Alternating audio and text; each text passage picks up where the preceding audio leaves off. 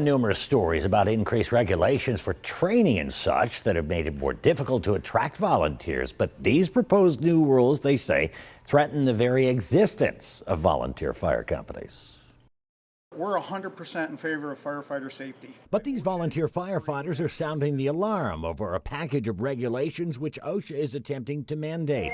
They say they're not bad ideas in theory, but in reality, what we are challenged by is the cost and the logistics of this proposed standard. Take, for example, the additional requirements for yearly physicals. It adds some things like mammograms, it adds things like stress testing, it adds some things like chest x-rays, which aren't currently in our physical that we're giving our firefighters. Which they figure will triple the cost for those. There's new regulations for record keeping. But the new proposed rule and the NFPA requirements for that would increase that amount of work, we think, tenfold. And while OSHA suggests they could pay someone to do it and that it might cost the average fire department only $4,600 a year, he notes OSHA was using a pay scale from 2005. If you can find me a busload of people that'll come to work for me for 2005 salary today, send them, because we'll put them all to work.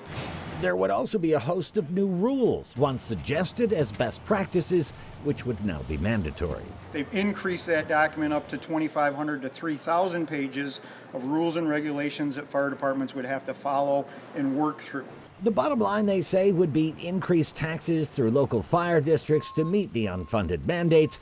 And if they can't get voters to approve them, we're either going to close the doors or we're going to act outside of a federal rule and just hope that nothing ever goes wrong. When something does go wrong, the civil liability is going to kill us.